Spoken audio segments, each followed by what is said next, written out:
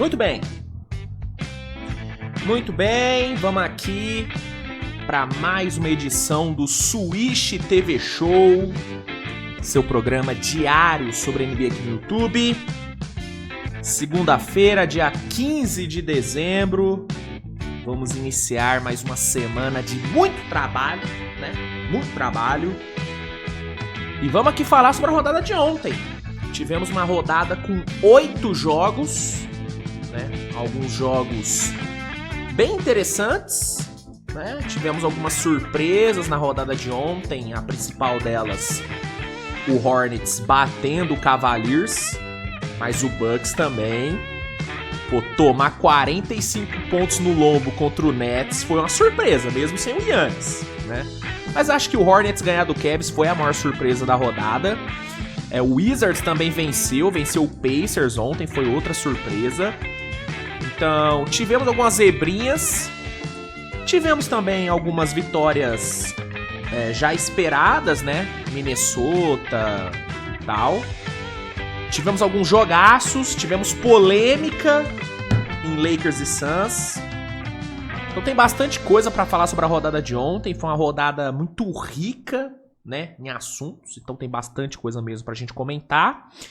Vamos também falar sobre Milwaukee Bucks, que além de ter perdido pro Brooklyn, tem notícia sobre o Bucks, viu? O Bucks pode tentar uma última cartada pra manter o Giannis, hein?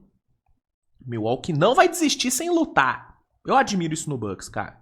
Você pode falar o que quiser do Milwaukee Bucks, mas eles não desistem sem lutar. Ah, o Giannis tá querendo sair, toma Damian Lillard. Ah, o Giannis quer sair de novo, toma Miles Turner. A diretoria do Bucks, ela não desiste. Isso aí tem que ser dado mérito. E parece que eles não vão desistir de novo, hein? Vou trazer uma notícia sobre isso. Enfim, bastante coisa mesmo pra gente falar. Vamos aqui bater aquela boa e velha resenha sobre a NBA. Antes de começar, só peço para que você deixe seu like no vídeo, se inscreva no canal, compartilhe o conteúdo. Tô aqui, né, com a camisa do finado Kansas City Chiefs, que ontem, né, teve a sua chance de ida aos playoffs totalmente encerrada com a derrota pro Chargers. E não só perdeu, mas como perdeu também o Mahomes, né? Lesão de ligamento. Mahomes deve perder até o início da próxima temporada. Meu amigo. Dinastia de Kansas City. Não vou dizer que acabou, mas deu uma pausa. Vai dar uma pausinha aí. Enfim, amanhã eu vou falar mais sobre essa questão do Chiefs no resumo da semana da NFL. Esperar rolar o Monday Night, né? Pra poder falar sobre todos os jogos. Mas ontem foi um dia triste pro torcedor de Kansas City. Foi um dia triste. E aí, em homenagem, eu estou aqui com a camisa do finado Kansas City, né? Em respeito aí, né? A esse time que dominou a NFL nos últimos anos, mas que nesse ano, né, não conseguiu fazer absolutamente nada. E mudanças tem que acontecer, hein? Mas amanhã eu vou falar mais sobre isso. Vamos então começar essa brincadeira. Antes só peço para que você deixe seu like no vídeo, se inscreva no canal, compartilhe o conteúdo. Não se esqueça de dar uma conferidinha lá nas promoções da Centauro. A Centauro sempre tá com promoções maravilhosas, né? Olhando aqui no site, você já repara, ó. Camisa do Lakers e do Bulls, 30% de desconto. Immortality 4, tênis da linha do Giannis, um dos principais tênis da linha dele. 9% de desconto. Você tem aqui, ó, camisa do Heat com 30% de desconto também. Jersey do Lakers, jersey do Celtics, aqui camisas que não são oficiais, mas são camisas de rolê. 40% de desconto.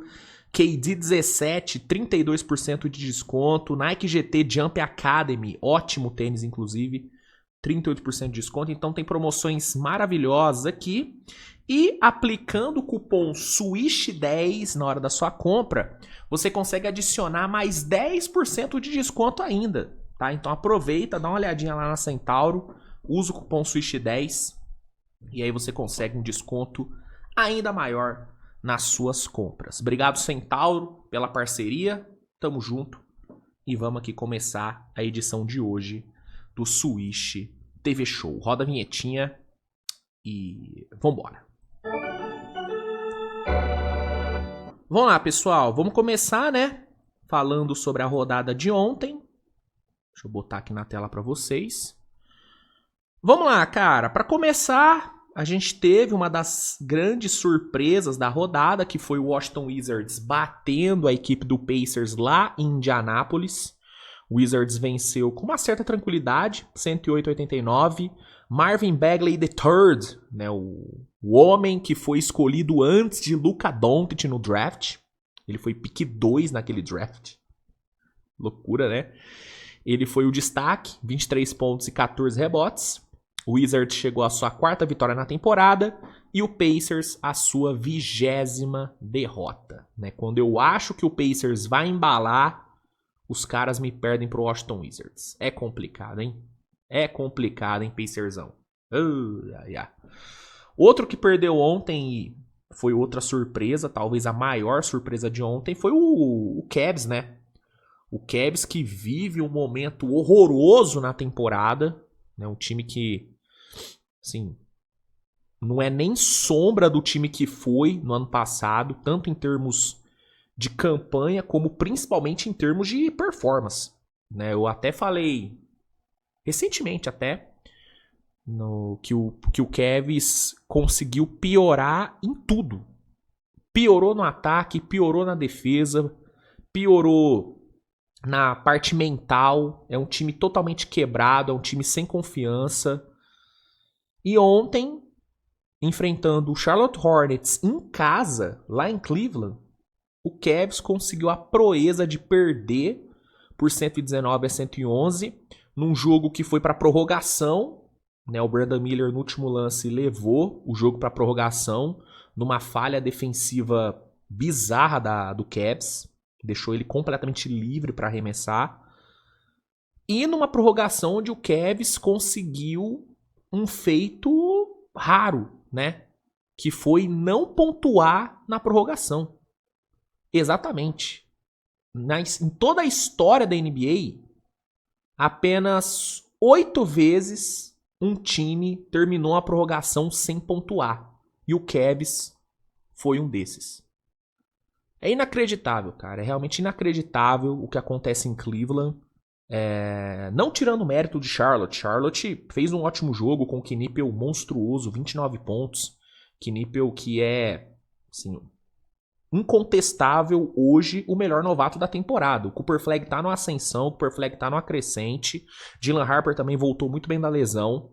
Mas olhando pro todo da temporada, pra mim é indiscutível que o Con Knipel é o melhor novato. Né? Ele lidera os novatos em várias estatísticas, né? Pegando só algumas delas aqui para citar para vocês.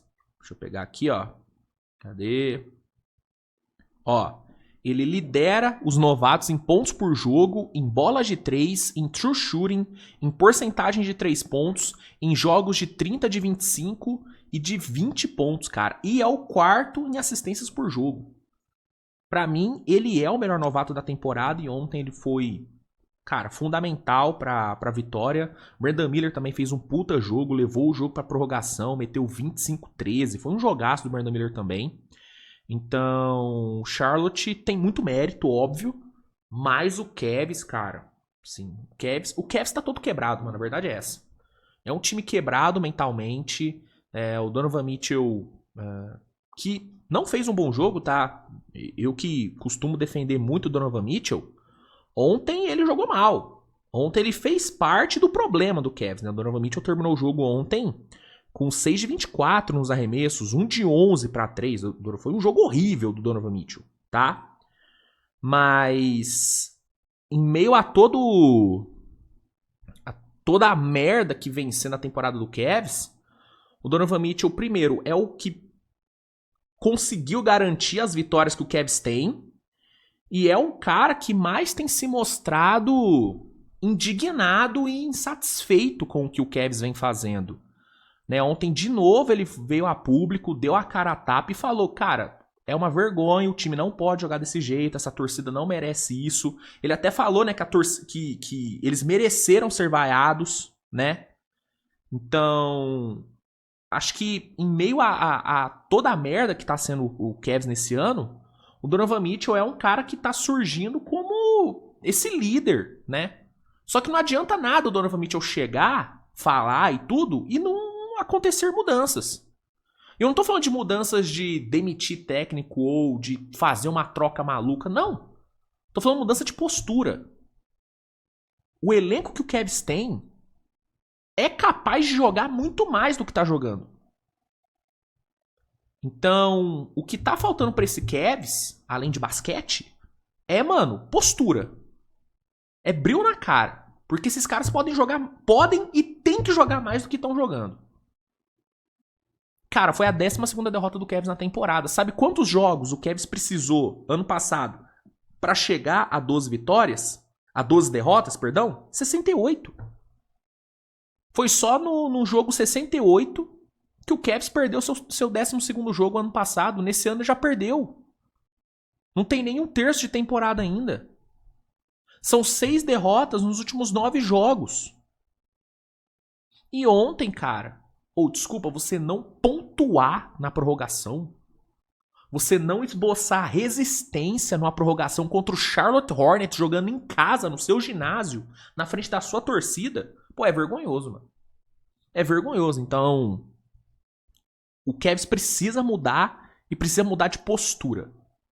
E isso é o problema, né? É muito mais fácil, ao meu ver, você resolver uma questão de falta de elenco do que de falta de brilho na cara. A falta de profundidade, a falta de peças, você resolve no mercado. Você faz uma troca, você faz um investimento, beleza. Agora, fazer o jogador criar brilho na cara, isso é uma missão difícil. Isso é uma missão difícil, mas é o que o Kenny Atkinson vai ter que fazer. Porque se o Cavs continuar jogando do jeito que tá, nessa palmolência que tá, mano, se bobear não pega nem playoff direto nesse leste, pô. Se bobear vai ter que pegar play-in. Entendeu? E aí, eu vou te falar, cara. Se chegar fevereiro e o Cavs estiver nessa ainda, eu não duvido do Donovan Mitchell pegar suas coisinhas e ralar peito. E pedir troca. Porque ele tá indignado com esse time, ele tá insatisfeito com esse time. E ele vem de anos muito frustrantes com o Cavs. Com o time fazendo ótimas regulares e caindo cedo no playoff. E ano passado, ou você pode criticar qualquer um naquele time do Cavs, menos o Donovan Mitchell. O que ele podia fazer pra esse Cavs ir bem ano passado, ele fez. Jogou machucado, jogou pra caralho contra o Pacers, e o time não ganhou. Entendeu? E aí eu vou te falar, se chegar fevereiro e o Cavs não tiver melhor, não tiver com uma postura melhor, não duvido normalmente eu pegar as coisas dele e ir embora. Porque ele já mostrou, ele já provou que quando ele não tá satisfeito, ele não tem problema nenhum em meter o pé. Ele fez isso no Jazz. Vocês se lembram da última temporada dele no Utah Jazz? Como que ele jogou de má vontade, como ele claramente estava forçando uma troca. Eu não duvido dele fazer isso no Cavs também não, filho. E vou te falar, não vai estar errado não. Não vai estar errado não. Entendeu? Então, o Cavs tem que começar a se coçar.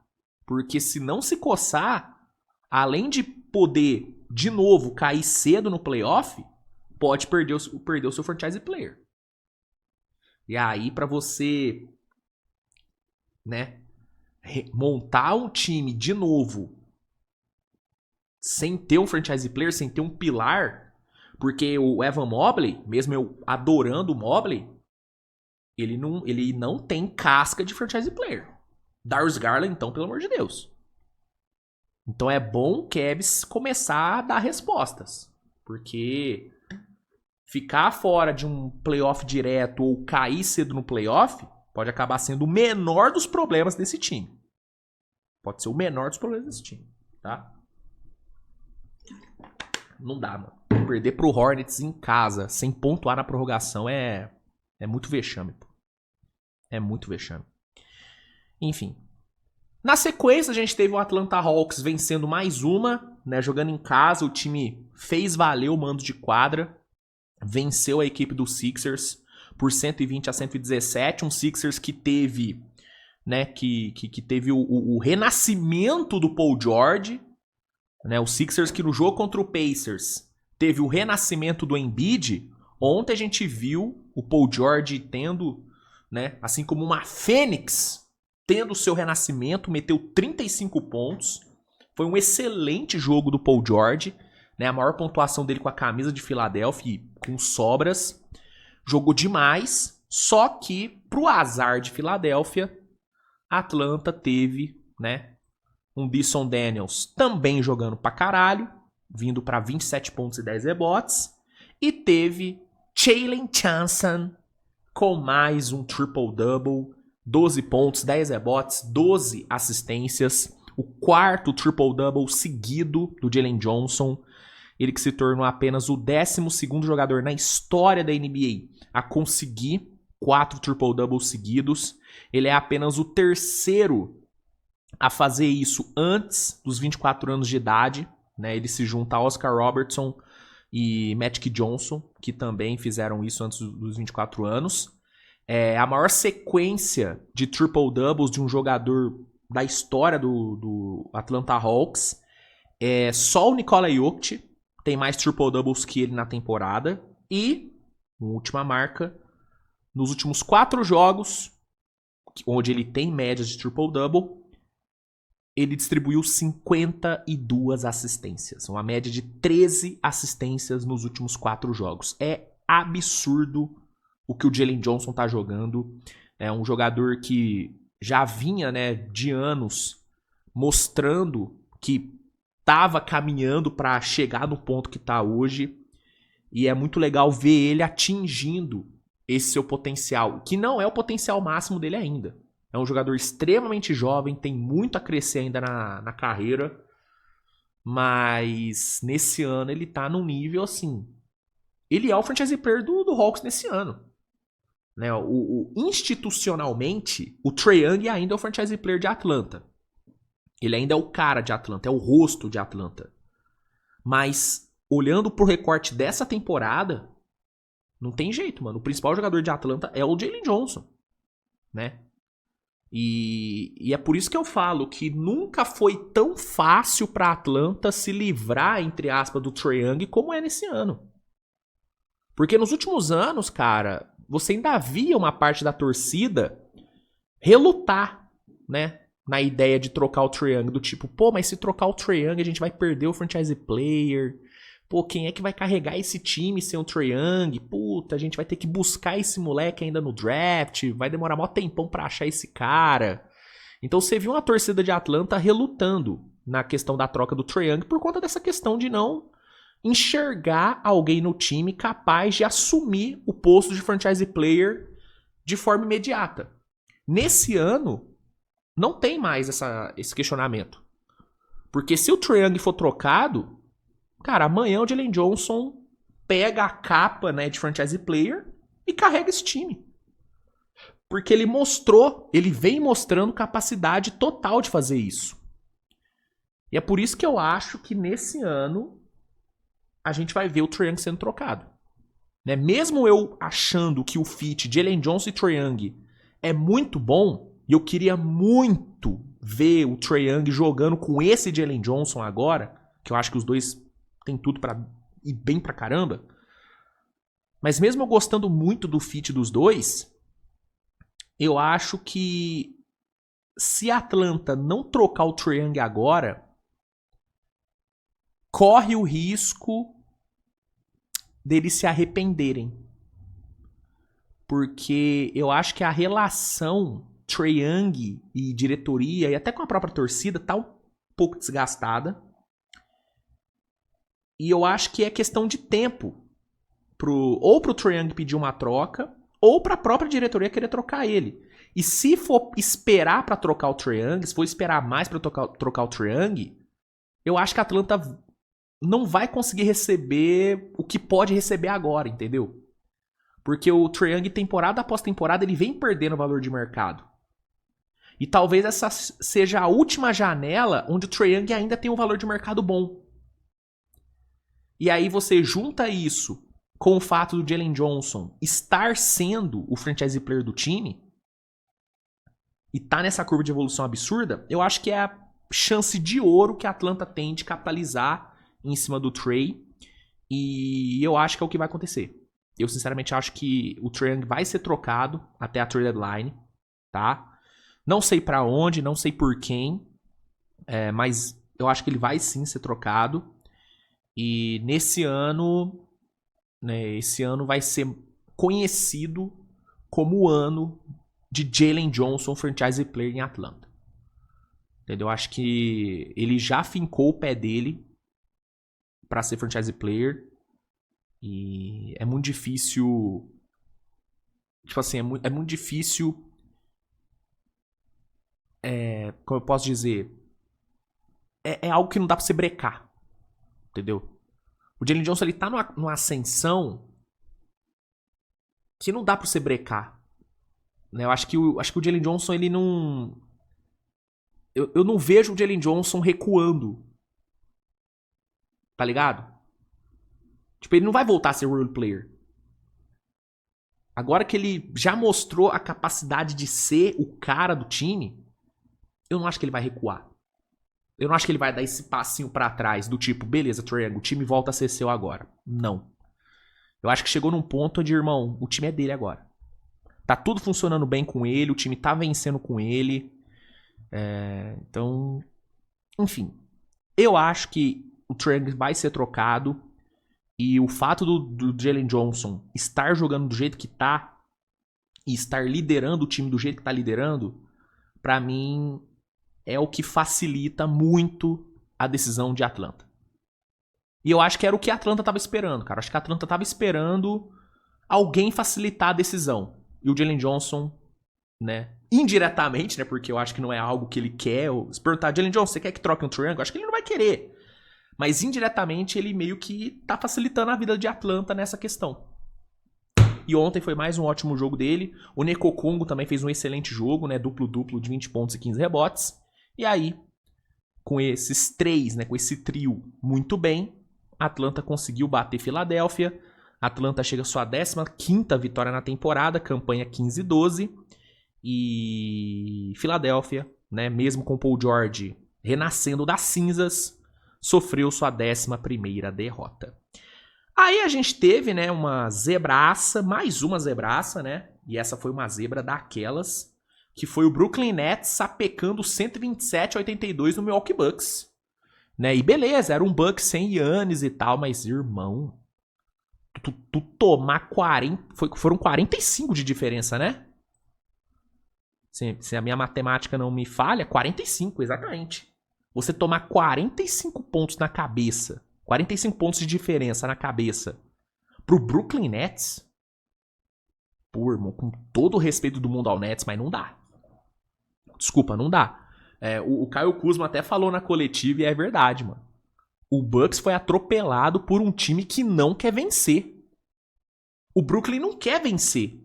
O Brooklyn não quer ganhar jogos. E o Bucks conseguiu tomar 45 na cabeça pra esse time. Tipo, foda, cara. E foi show do Brooklyn Nets, tá? 9 jogadores com dígitos duplos de pontos. Tipo, foi um show, né? Atuação de gala do Brooklyn Nets.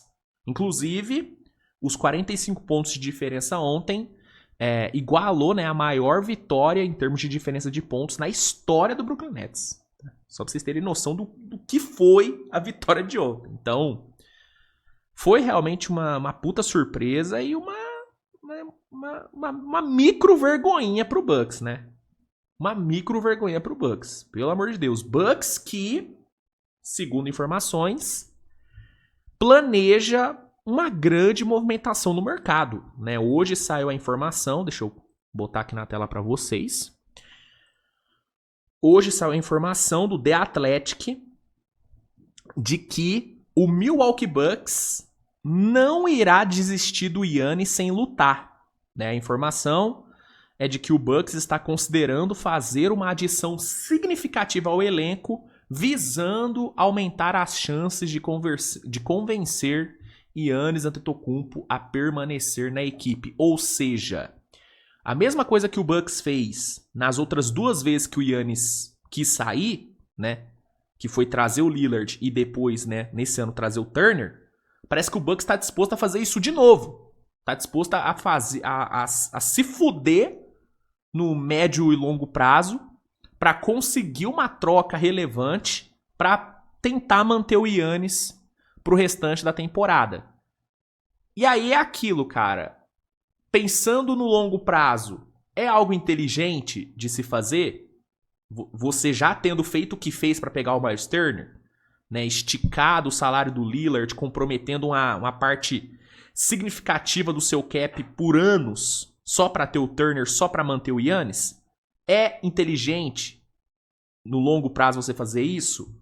Não, não é. Mas eu respeito o Bucks por estar disposto a fazer de tudo para manter o seu maior jogador. Eu posso não concordar racionalmente, mas eu respeito uma diretoria que faz de tudo para deixar o seu maior jogador feliz. Eu respeito isso. Porque muitas franquias, Los Angeles Clippers, cagam pros seus ídolos. Cagam pros seus grandes jogadores. O Bucks, não. Você pode falar o que quiser do Bucks, mas que eles valorizam o seu maior jogador e que eles fazem de tudo pra manter o seu maior jogador feliz, isso eles fazem. Eles podem errar, tá? E erram bastante. O Bucks cometeu erros nesses anos, né? Mas é o famoso errou tentando acertar.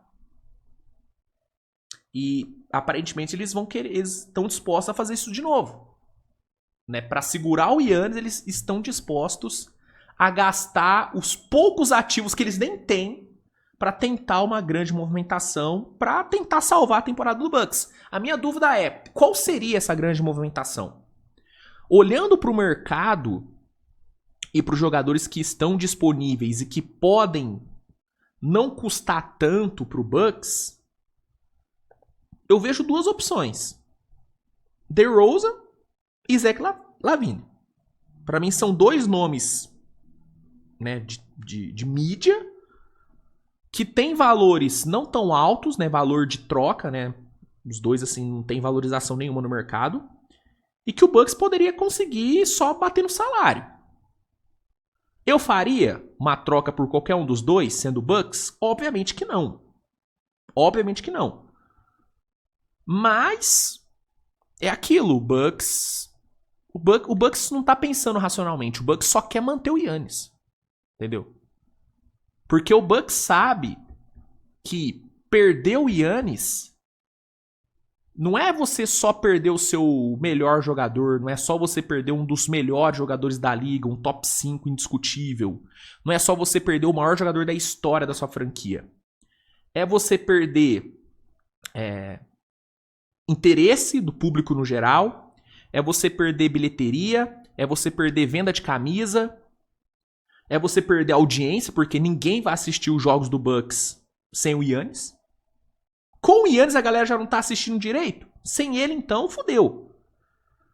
Então a diretoria sabe, e os donos do Bucks sabem, que perder o Giannis é um baque, assim, brutal, que supera a quadra.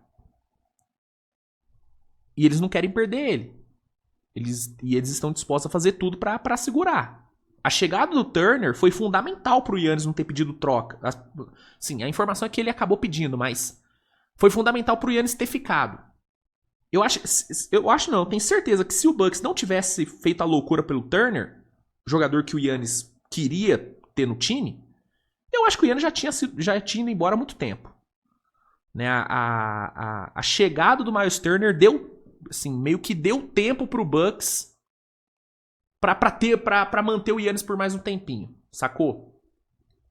E agora, com a insatisfação do Giannis aumentando de novo, eles querem ganhar mais tempo.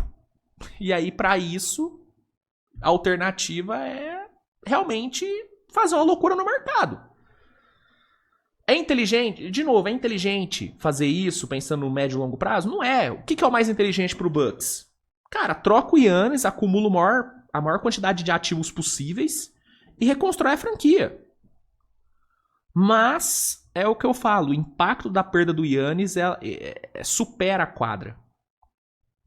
E eu acho que o Bucks ainda não tá pronto pra isso. E aí eles vão tentar. Eu não sei qual que vai ser essa adição significativa. O meu palpite é ou Lavine ou DeRozan. É o meu palpite. Não, nenhum dos dois vai mudar a realidade do Bucks. O Bucks com Lavine ou com DeRozan ainda vai ser um time pra cair em primeira rodada. Mas assim, uma diretoria desesperada, ela faz movimentos desesperados. Toda a operação envolvendo o Miles Turner foi uma operação desesperada. E é o que eles devem fazer de novo. Concordo com isso? Não. Mas eu respeito. Eu respeito. Enfim. A informação é essa. Vamos ver, né? O que o Bucks vai aprontar no mercado, né? Vamos dar uma... Vamos ficar de olho, né? O famoso ficar de olho. Né? Vamos ficar de olho aí no Milwaukeeão da massa. Vamos lá, cara. Os últimos jogos, tá? Pra gente encerrar. Minnesota bateu o Sacramento Kings por 117-103, né? Naz Reid sendo o grande destaque ao lado de Julius Randle, McDaniels e DiVincenzo, né? Julius Randle 24 pontos, McDaniels 21, Naz Reid 20 e DiVincenzo 18, né? O Minnesota, chegou à sua 7ª vitória nos últimos 8 jogos. Essa foi a 17ª vitória do Minnesota na temporada. E o Kings sofreu sua 20ª derrota. Sacramento Kings aí, né? Ladeira abaixo. Outro que perdeu de novo foi o Bulls. Bulls que segue aí, né? Numa fase horrível, depois daquele começo extremamente animador. Ontem foi a vez de perder para o Pelicans, né? Jogando em casa, no United Center. O Bulls sofreu dos mesmos erros que vem sofrendo a temporada inteira. Turnover, defesa ruim. Perdeu por 114-104. O Pelicans de Trey Murphy conseguiu a sua 5ª vitória na temporada. E o Bulls sofreu sua 15ª derrota. Chicago, que é outro time que precisa, né? Que precisa aceitar a reconstrução. Tem que trocar Vucevic, tem que trocar Kobe White. Né? Passou da hora. Né? Os primeiros 6 jogos da temporada, os primeiros 7 jogos da temporada, deram uma falsa ilusão de que esse Bulls poderia competir. Não pode. Esse Bulls não é um time competitivo. É um time que nem no leste consegue se sobressair. Pô. Então, a reconstrução tem que ser feita e tem que começar já. Tem que trocar logo esses nomes, capitalizar em cima deles e pensar aí no futuro, tendo Buzelis e Giddey como seus pilares, né? Pelo menos é assim que eu enxergo a situação do Bulls, né? E sobre o Pelicans, uma vitória aí para dar uma moralzinha, né? O Pelicans venceu, né? Consegue vencer jogos seguidos pela primeira vez depois de mais de um mês, né? Trey Murphy foi o melhor jogador do time, Jeremiah Fears também fez um jogo muito bom e o Zion fez um jogo ok de 18 pontos. Aí a gente teve os últimos 2 jogos, né? Não vou me estender muito nesses 2 jogos porque eu já fiz vídeo sobre os 2. Então, se você não assistiu, assista os vídeos que eu fiz sobre Lakers e Suns e Warriors e Blazers. Mas só dando uma passada por cima, né, sobre Lakers e Suns. Lakers venceu 116-114, um jogo que chegou a ficar fácil pro Lakers, né? O Lakers chegou a abrir mais de 20 pontos de vantagem, né? Fez um terceiro quarto muito dominante, né? Muito dominante. O Phoenix ficou, cara, uns 8, 9 minutos sem conseguir produzir nada, né? Tava sendo um jogo horrível para Phoenix, depois de um primeiro tempo bom de Phoenix, né? Phoenix começou bem o jogo, mas na volta do intervalo o time morreu. O Lakers conseguiu capitalizar muito bem em cima, conseguiu abrir vantagem, abriu mais de 20, né? O Lakers botou uma run de 28-2, né? E aí, tudo estava caminhando para uma vitória fácil, quando, do nada, o Lakers parou de produzir, a defesa do Lakers voltou a ser o que era, né? Uma peneira. O Phoenix começou a pontuar com uma facilidade absurda, né? Em, tipo, 3 minutos. O Phoenix colocou uma run de 15-2, né? Virou o jogo com o Dillon Brooks ali numa bolaça de 3, faltando 14, 12 segundos para acabar. E aí o que vinha sendo uma vitória tranquila se transformou numa possível derrota, cara, brutal, assim. Se o Lakers perde o jogo de ontem, cara, ia ser um negócio inacreditável, ia ser uma pipocada das mais bizarras no ano, né? Só que aí, no fim, o Lakers conseguiu ainda sair com a vitória, né? O LeBron, né, foi ali para a linha do lance livre, num lance que tá gerando muita discussão até agora, né? Uma falta do Devin Booker em cima dele, botou ele na linha do lance livre para cobrar 3 lances livres. Ele acertou 2, errou 1, virou o jogo. E aí no finalzinho ali, né, o Smart conseguiu ali converter mais um né, e sacramentou a vitória. E aí, por conta né, desse final maluco, né, desses lances polêmicos, o Lakers conseguiu sair com a vitória.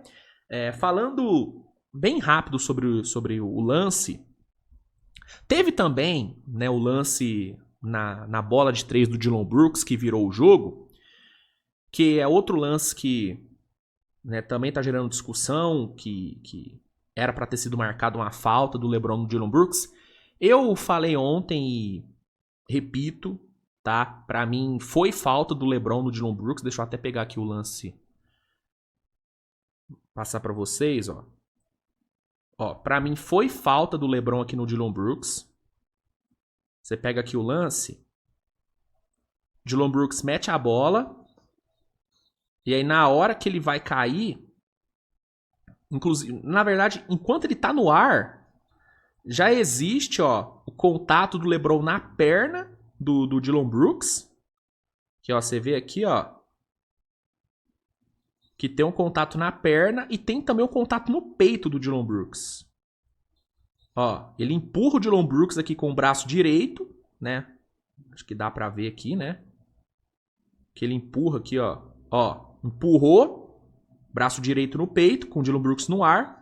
E na hora da aterrissagem, o LeBron invade o pouso do Brooks e acerta a perna dele. Então, pra mim, isso aqui foi falta clara, que a arbitragem não deu. A arbitragem que tava bem próxima no lance. E aí, na sequência, o Dillon Brooks, ele fica puto e resolve dar uma peitada no LeBron. Dillon Brooks já tinha uma técnica no jogo. A arbitragem, obviamente, não ia perdoar essa peitada no LeBron, que foi um lance burro do Dillon Brooks. Isso aqui claramente ia ser técnica. A arbitragem foi lá, deu a segunda técnica no Dillon Brooks, expulsou ele, né? Tirou ele do jogo. Eu ontem até falei, né? Até brinquei que foi uma expulsão injusta. Mas eu não quis dizer que foi injusta porque não era pra ele ter recebido técnica. Era pra ele ter recebido a segunda técnica e beleza, show. Mas eu acho que foi uma expulsão injusta porque o que gerou essa peitada no LeBron e, consequentemente, a segunda técnica dele foi a não marcação de uma falta clara. Porque isso aqui, ó, isso aqui foi falta do LeBron. Se a falta tivesse sido marcada, o Dillon Brooks não ia dar essa peitada no LeBron, porque ele ia cobrar o lance livre, entendeu? Mesmo o Dillon Brooks sendo maluco, ele não é burro, entendeu? Ele não é burro. Se ele recebe a falta aqui, ele ia ficar sentadinho no chão, ia dar uma xingada e tal, ia gritar, mas não ia tomar a técnica. Então, quando eu digo que a expulsão do Dillon Brooks foi injusta, foi nesse sentido, porque a peitada não era pra ter existido. Não existiria se a arbitragem tivesse feito a marcação correta, que seria a falta do LeBron. Um outro ponto também que a galera tá reclamando bastante no Twitter é que o LeBron ele deveria ter sido ejetado antes no jogo, porque teve um lance que ele empurrou o árbitro, né? No lance, né? Porque ele e o Brooks ficaram se provocando o jogo inteiro, né? Os dois ficaram ali de gritaria um pro outro o jogo inteiro. Aí teve um lance que o LeBron se emputeceu, começou a gritar pra caralho, e a arbitragem ficou ali no meio, e o LeBron ele empurrou o árbitro, gritou na cara do árbitro e ele não foi ejetado. Tipo, ele tomou a técnica, mas alguns acham que ele deveria ter sido ejetado. Eu acho que seria exagero ejetar o LeBron ali, tá? Acho que a técnica que ele tomou, ok. Ficou de bom tamanho, mas tem uma galera reclamando disso também. Aí eu já acho que é exagero. Mas aqui, pra mim, claramente foi falta. A arbitragem não deu. E no lance do Devin Booker, que foi a falta que originou, né, os lances livres que mataram o jogo, aqui eu acho válido dedicar um tempinho só pra explicar uma regra, tá? Porque eu tô vendo muita gente nos comentários do vídeo de ontem e também no Twitter meio que interpretando errado essa falta. Que foi falta, tá? Antes que venham falar que não foi falta. Isso aqui foi falta, tá, gente? E aí eu vou explicar o porquê. Luiz, não existe a regra de que, né, a mão faz parte da bola quando a mão quando a mão do jogador tá em contato com a bola, não faz parte? Então o jogador não pode tocar na mão do adversário quando ele tiver com a bola na mão? Cara, pode, só que é importante entender um ponto dessa regra, que é a seguinte. De fato, você, defensor, pode dar um tapa na mão do seu adversário quando ele tiver com a mão em contato com a bola. Só que esse tapa, ele só pode ser dado na região onde a mão e a bola estão juntas. Entendeu? Ou seja, que a bola de basquete tá longe aqui. Mas aqui, ó, nessa garrafa. Eu tô aqui, ó, com a garrafa aqui segurando. O jogador, o meu marcador, se ele der um tapa aqui, ó, não é falta. Por quê? Porque a mão faz parte da bola. Nesse momento. Só que é aqui, na região que a mão tá em contato com a bola.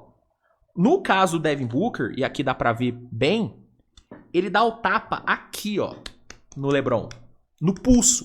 É muito mais pulso do que mão. E aqui, aqui não faz parte da bola. Aqui já é falta. Pelo menos a interpretação que eu tenho da regra, né? Se ele desse o tapa aqui, não ia ser falta. Aqui é falta. No pulso. E como é um lance onde o LeBron tá subindo pro arremesso, é falta para 3 lances livres. Aqui, nesse lance, pra mim a arbitragem não errou. Aqui, pra mim, a arbitragem fez certo. Entendeu? Aqui, pra mim, não tem polêmica, na minha visão. Agora, no lance anterior, aí sim, pra mim, a arbitragem errou. Era pra ter sido falta do LeBron. A arbitragem não deu. E aí, né? Dillon Brooks foi expulso e o resto é história. Dito isso, postas essas polêmicas na mesa, eu não compro a ideia de que a arbitragem favoreceu o Lakers, a arbitragem sempre favorece o Lakers. Cara, eu não acredito nisso. Eu não acredito nessa teoria da conspiração de que a arbitragem favorece time A ou time B. Pra mim, o que acontece é que a arbitragem da NBA é uma merda. E ontem ela pode ter favorecido um pouco o Lakers, mas em outros jogos ela prejudicou o Lakers. Assim como em outros jogos ela favoreceu o Phoenix, assim como em outros jogos ela favoreceu o Thunder, ela favoreceu o Celtics, enfim. A arbitragem da NBA é isso. Uma noite ela favorece o seu time e na outra ela fode o seu time. Por quê? Porque é uma arbitragem ruim. É uma arbitragem sem critério. É uma arbitragem que muda a regra a bel prazer. Essa é a arbitragem da NBA. Então, antes que venham falar, o Phoenix foi roubado, roubaram o Phoenix Suns. Cara, não é que roubaram o Phoenix Suns, é que a arbitragem é ruim. E, infelizmente, ontem o Phoenix teve alguns lances que, de fato, prejudicaram o time, mas acontece, não é um complô contra o Phoenix Suns e um complô a favor do Lakers. Eu não acredito nisso, pelo menos. Mas, enfim. Torcedor vai reclamar, torcedor vai se sentir roubado, normal, mas como alguém de fora, eu venho aqui falar. Eu não acredito nisso, eu não acredito em roubo, eu acredito em arbitragem ruim. E a arbitragem ontem ela foi ruim, ela errou no lance do LeBron, ao meu ver, no lance do LeBron no Brooks, mas acertou no lance do Booker no LeBron. aí, no fim, é elas por elas. E aí é isso. Mas aí é a minha interpretação também. Cada um tem a sua. Mas é assim que eu enxergo e é isso. No fim, o Lakers venceu. Lakers, né, chegou à sua 18ª vitória na temporada. LeBron James terminou o jogo com 26 pontos. Luka Doncic, numa noite péssima nos arremessos, meteu 29. E o DeAndre Ayton, num jogo sólido, 20 pontos e 13 rebotes para ele. Um outro cara que foi bem ontem no Lakers, era um cara que não vinha tendo oportunidades, foi o Vanderbilt. Né? Ontem o Vanderbilt fez parte daquele momento muito bom do Lakers, né? Que foi a run de 28 a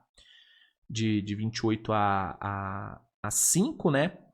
Que colocou o Lakers 28-2, perdão, que colocou o Lakers mais de 20 pontos na frente. O Vanderbilt foi muito importante nesse momento, né? Entregando uma ótima defesa, pegando rebotes importantes.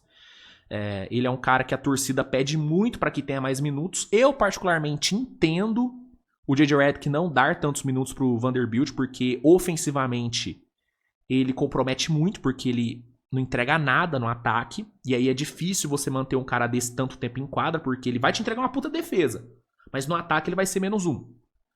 E no ataque do Lakers, que já não é um ataque daqueles, né, um ataque muito focado em isolation e tudo, você ter um a menos prejudica muito. Então eu entendo o J.J. Redick não dar tantos minutos pro Vanderbilt, mas ontem em específico ele teve minutos e foi bem, tá? Se o J.J. Redick vai continuar dando minutos pra ele, eu não sei. Mas ontem ele teve uma participação importante no melhor momento do Lakers no jogo. Vamos ver se o J.J. Redick vai continuar apostando no menino Vando, né? Mas é isso. Sobre Lakers e Suns é isso. Muita polêmica, muita reclamação, mas no fim a arbitragem é ruim pra todo mundo, gente. A verdade é essa. E aí no último jogo da noite a gente teve o Blazers vencendo o Golden State Warriors por 136-131. Um jogo onde o Stephen Curry fez tudo o que podia e o que não podia, né? O Curry ontem teve uma das suas melhores atuações dos últimos anos. Foram 48 pontos com 12 bolas de 3. Ele ficou a 2 bolas de 3 de igualar o recorde do Klay Thompson. É uma atuação absurda, mais uma atuação absurda dele, que contra Minnesota, na volta dele de lesão, ele já havia entregado um jogo incrível. E assim como aconteceu contra Minnesota, não foi o suficiente para o Golden State vencer. O coletivo do Warriors, de novo, deixou muito a desejar. Né? Jimmy Butler com mais uma noite apática. Draymond Green numa noite muito errática. Foram 8 turnovers do Draymond Green. Né? As rotações do Steve Kerr também foram muito fracas. Né? A falta de minutos para Will Richard, Kuminga, né? De novo, foi muito criticada por parte da torcida. Eu, inclusive, acho que ele errou em não ter dado minutos para esses jogadores. O excesso de minutos para Buddy Hield, para Podziemski, também foi outro ponto de muita crítica, e eu concordo com as críticas. Para mim, o Steve Kerr também errou nisso. Ele ter sentado o Curry no banco, depois dele, né, fazer chover no começo do quarto período, também foi um erro. Então, foi, de novo, o Golden State com os mesmos problemas, com os mesmos erros.